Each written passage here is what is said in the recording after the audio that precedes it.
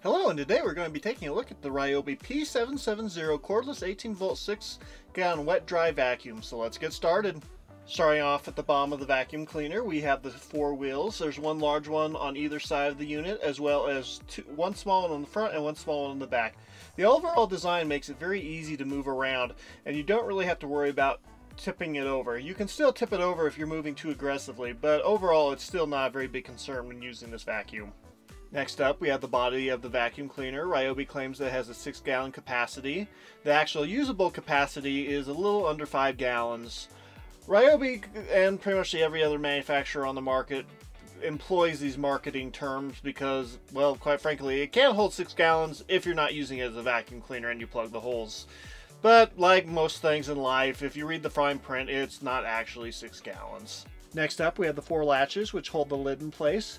There's 2 latches on either side of the body, and they are strong enough to hold the lid on when the body is full of water. Next up, we have the extension tubes as well as the extension tube storage bands, which are basically black bungees that are run through the top of the lid. Next, we have the air intake port, or the vacuum port, which you hook the hose into. And of course the hose itself, which is 7 foot long and has a diameter of 1 7/8 inch. Because the hose is so short, it's very easy to store on the top of the unit, which makes the storage of it very easy, but at the same time it's also a downside because it's not a long sweeper hose.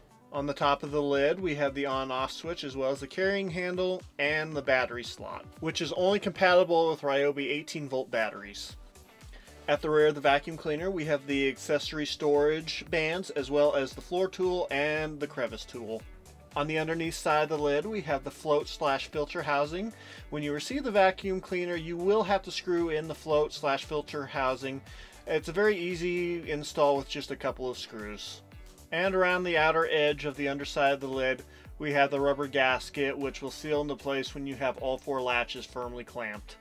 And on the inside of the vacuum cleaner's body, we have the air filter as well as the right-angled vacuum/air intake port. Okay, here's a couple videos of the vacuum cleaner in operation.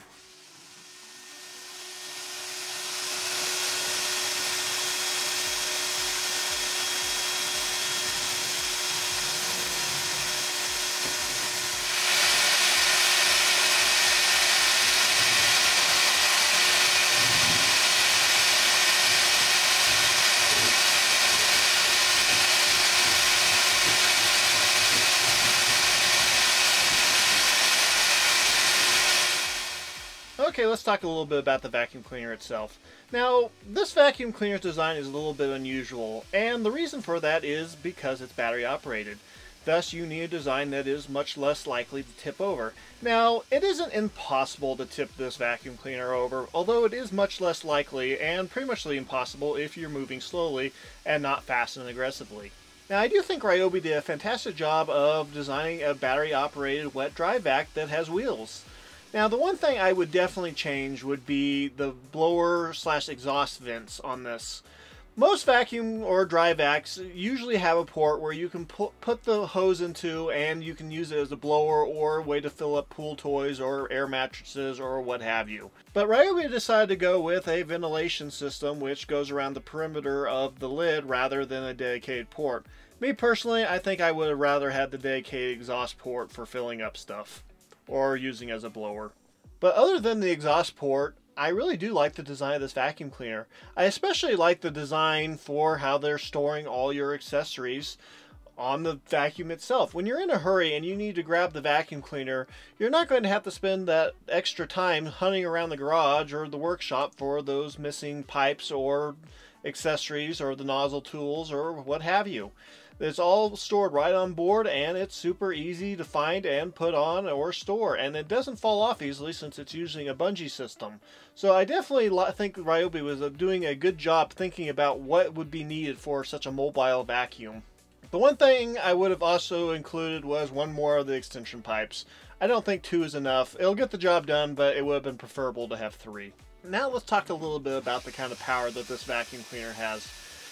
When looking at this vacuum cleaner, you need to keep in mind that it's an 18-volt cordless vacuum. It's not a corded vacuum cleaner or wet dry vac, so you're not going to get nearly the same kind of performance regardless of what Ryobi says in their marketing material.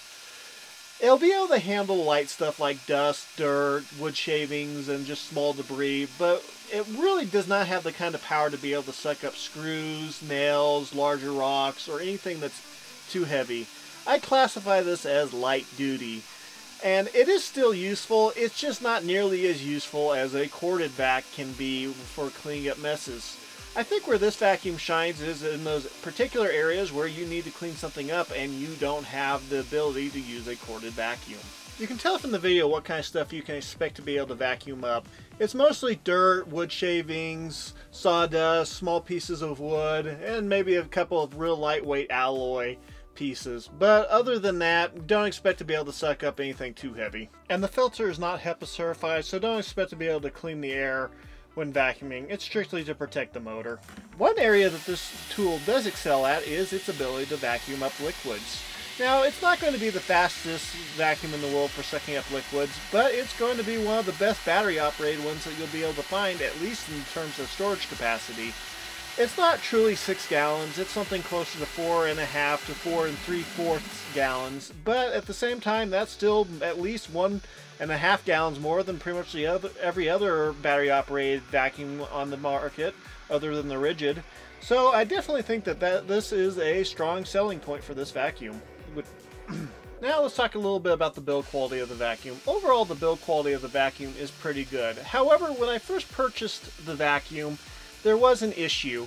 I could not get the battery fully into the first one that I purchased. The contacts inside the battery slot were preventing the battery from being fully inserted, thus I could not even turn it on. So I ended up returning that one and exchanging it for the exact same model, and the second one I got has worked just fine. So it was definitely a problem from the factory, which is a little bit concerning, but overall I've owned the vacuum for about a year now and no other issues have arisen. So I think it's just something that if you do end up deciding to purchase this vacuum, make sure you use the heck out of it at first, just to make sure that there's no issues from the factory. Now, long-term build quality, the hose feels kind of cheap, and I can see it deteriorating pretty quickly if it's left anywhere in the sun for long periods of time. But other than that, the build quality seems pretty decent. It's not going to be the same build quality as something from DeWalt or Makita, but at the same time, you're not paying their prices for this vacuum cleaner. So overall, I've been fairly happy with it over the last year. Okay, time for the pros and cons. And the first pro is battery powered. Having a battery powered wet dry vac can come in handy in all sorts of situations. Whether you're on a boat, or if you're in a remote area of the mountains, or if your power's gone out because of a storm. Having a battery operated wet dry vac can get you out of certain situations that other tools just can't. So definitely a pro in my opinion. No-tip design. I really do actually like the design of this wet vac, even though initially I did not like it. The design is super useful for when you're pulling it around by the hose, and it definitely will prevent you from tipping it over like a standard shop vac, so definitely a pro in my opinion. Onboard storage. I love having a wet dry vac that's been designed where you don't have to store any of the attachments on the inside of the wet dry vac or in a bag separately.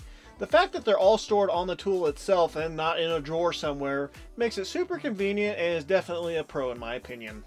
Okay, this one's just kind of my own personal preference, but I really do enjoy having plastic bodied shop vacs. I think metal shop vacs just get beat up too easily, and quite frankly, they rust and deteriorate pretty dang quickly if you're dealing with any sort of fluid. So I personally would prefer having a plastic body, which this has, so in my opinion, that's a pro. Lightweight.